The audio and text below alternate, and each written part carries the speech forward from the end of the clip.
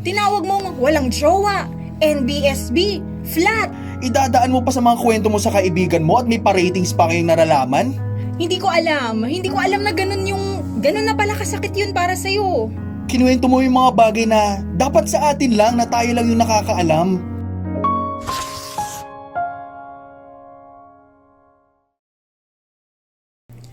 Dre, ano ba yung sinabi mo sa mga kaibigan ko kagabi?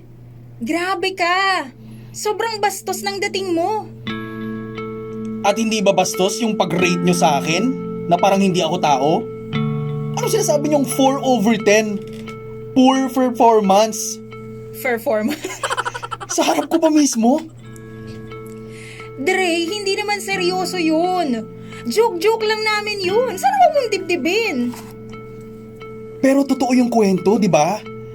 Kinuwento mo yung mga bagay na dapat sa atin lang na tayo lang yung nakakaalam. Yung mga pinaka-pribadong bagay natin. Eh kasi, hindi ko naman sinasadya na ganun ang dating.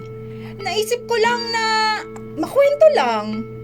Tiwala ako sa kanila, Dre. Tiwala mo sila. Pero ako, asa naman yung respeto mo sa akin? Hindi mo man lang sinabi sa akin kung may issue ka. Idadaan mo pa sa mga kwento mo sa kaibigan mo at may pa-ratings pa kayong naralaman? Ang point ko, bakit mo pa sila pinatulan? Bakit ka pa bumalik ng masakit na salita? Bumalik ba yon? Tinawag mong walang jowa, NBSB, flat. Nasaktan sila, Dre. Totoo naman.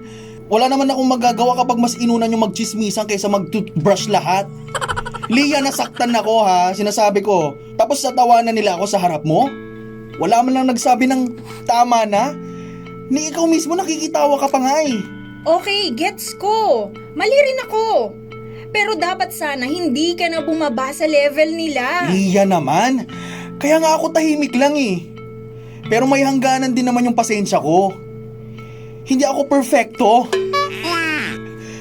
Pero may damdamin din ako, Lia. So hindi ka magsusorry? Sa'yo, oo. Kasi syempre nasigawan kita.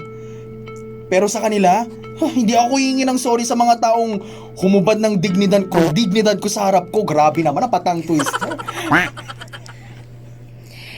Hindi ko alam na ganun na pala kasakit yun para sa'yo. Ngayon, alam mo na. Sana hindi na natin kailangan dumaan sa ganito para lang maramdaman ko na pinahalagahan mo ko. Okay, sige. Pero mag-sorry ka pa naman.